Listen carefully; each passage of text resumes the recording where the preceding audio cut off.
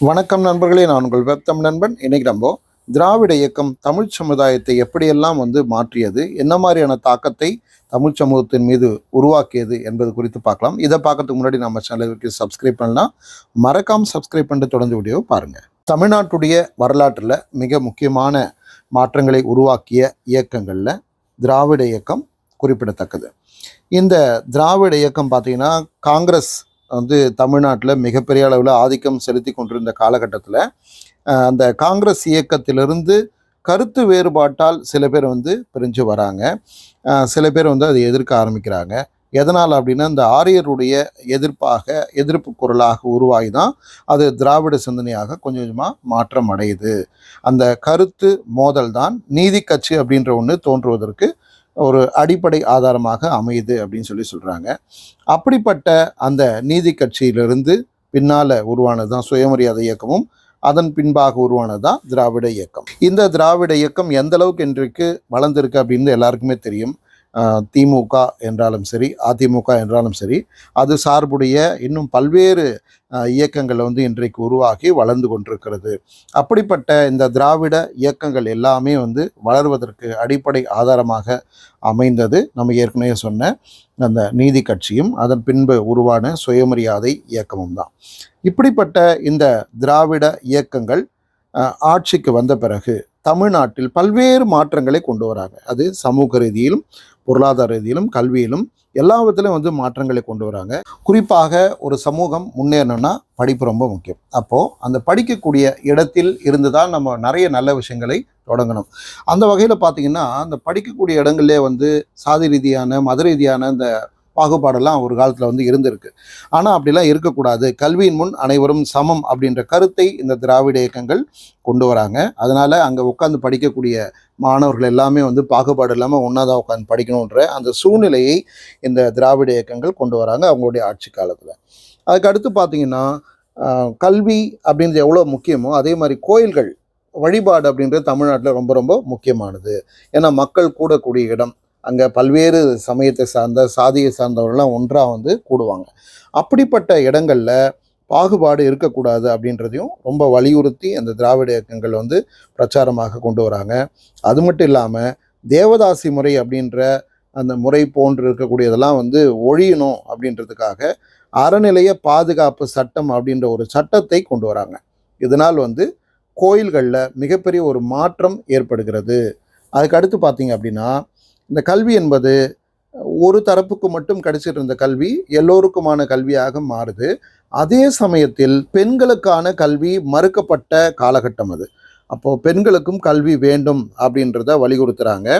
பெண் அடிமைத்தனம் ஒழியணும் அப்படின்னா பெண்களுக்கு கல்வி வேணும் அப்படின்றத வலியுறுத்தி பெண் கல்வியை முன்னிறுத்தி நிறைய பிரச்சாரங்கள் பண்ணுறாங்க.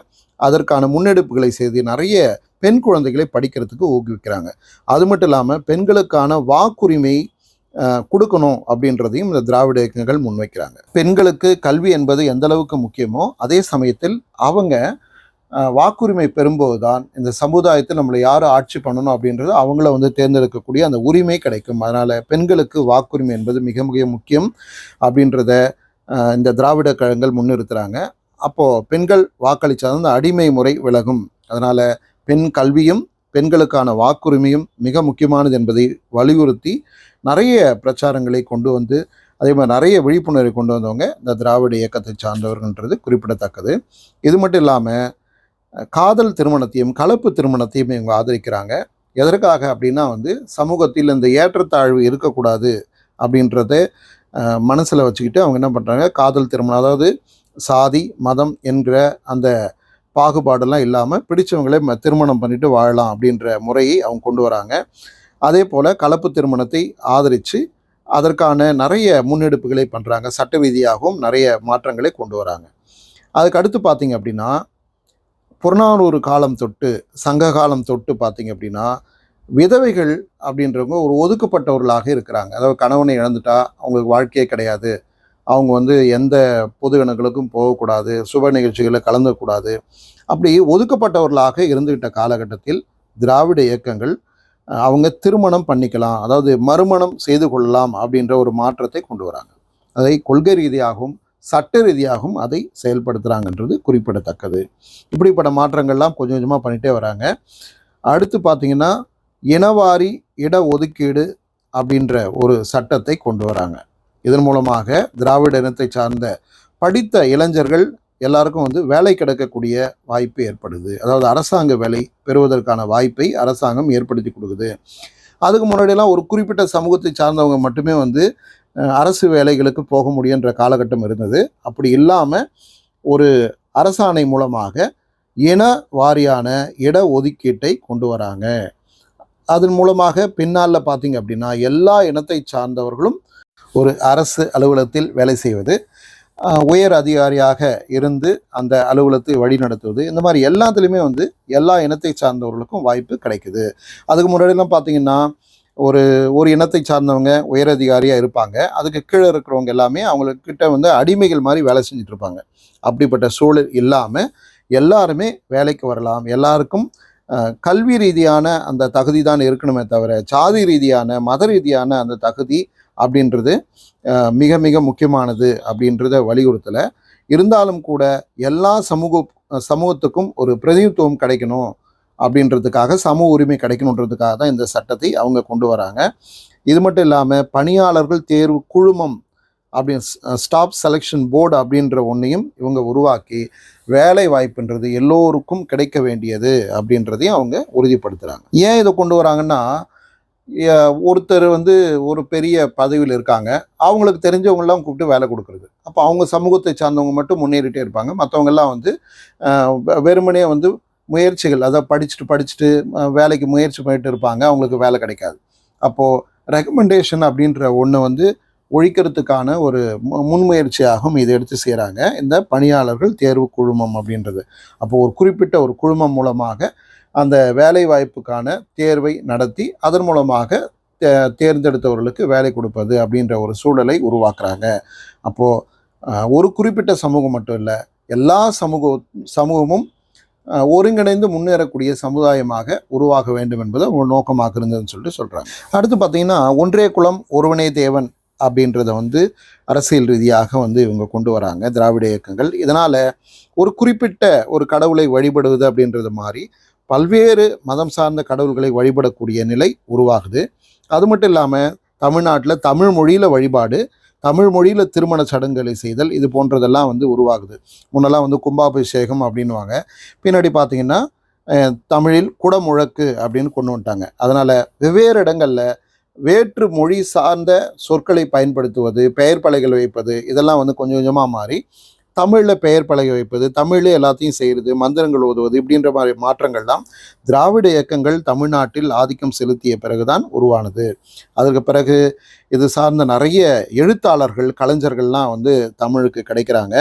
அது மட்டும் இல்லாமல் மேடையில் பேசுகிறது, துண்டு போடுறது, கரைவேட்டி கட்டிக்கிறது, அதே மாதிரி பெயர்களை மாற்றிக்கொள்வது, வேறு மொழி சொல்லாக இருந்தால் தமிழ் மொழி சொல்லாக மாற்றி தமிழ் பெயராக மாற்றிக்கிறது, பட்டங்கள் சூட்டுகிறது, குழந்தைக்கு பெயர் சூட்டுதல் விழா வைக்கிறது, நம்ம நடிகர் சங்கம் அமைக்கிறது, இந்த மாதிரிலாம் பல்வேறு மாற்றங்கள் சமூகத்தில் வருது. ஆனாலும் கூட ஒரு பெரிய இன்னொரு மாற்றமும் நிகழுது. என்ன அப்படின்னா, நிறைய பேர் படித்தவங்க உருவாகுறாங்க, பெண்களும் நிறைய பேர் படிக்கிறாங்க, ஆண்களும் வேலைக்கு போகிறாங்க, பெண்களும் வேலைக்கு போகிறாங்க. இதன் மூலமாக சமூகம் முன்னேறுது. இருந்தாலும் கூட இன்னொரு புறத்தில் பார்த்திங்கன்னா குழந்தைகள் காப்பகம், முதியோர் காப்பகங்களும் உருவாகுது அப்படின்ற அந்த குறைபாடும் இருக்க தான் செய்யுது. ஒரு குடும்பத்தை காப்பாற்றுறதுக்காக ஆண்கள் வேலைக்கு போகிற மாதிரி படித்த பெண்களும் வேலைக்கு போகக்கூடிய காலகட்டம் திராவிட இயக்க ஆட்சி காலகட்டத்தில் வருகிறது. மக்கள்கிட்ட பணப்புழக்கம் ஏற்படுகிறது, நல்ல வசதியாக வாழ்கிறாங்க. இருந்தாலும் கூட இந்த மாதிரியான வீட்டில் குழந்தையை பார்த்துக்க ஆள் இல்லை, முதியோர்களை பார்த்துக்க ஆள் இல்லைம் போது குழந்தை காப்பகம், முதியோர் காப்பகம்லாம் உருவாகிறது.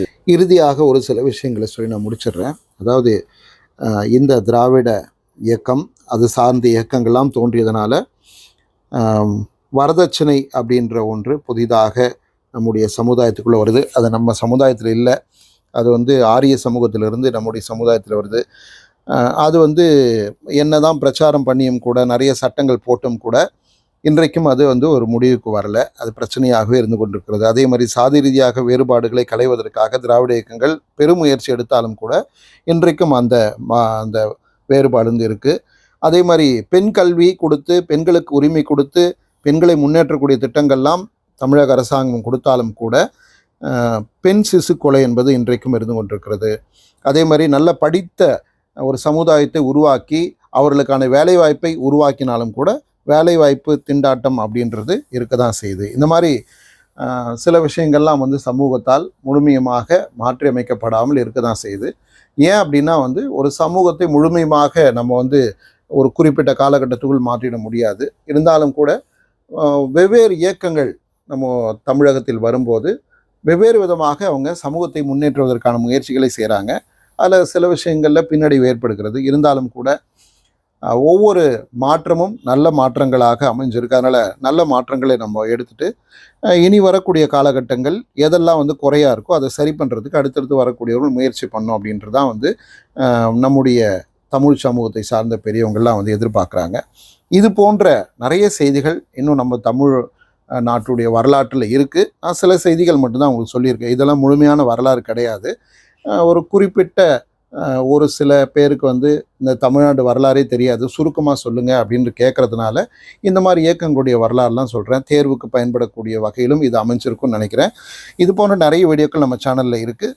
பார்த்து பயனடையுங்கள். நன்றி நண்பர்களே. நான் உங்கள் வெப் தமிழ் நண்பன். சப்ஸ்கிரைப் பண்ணலாம், மறக்காமல் சப்ஸ்கிரைப் பண்ணிடுங்க.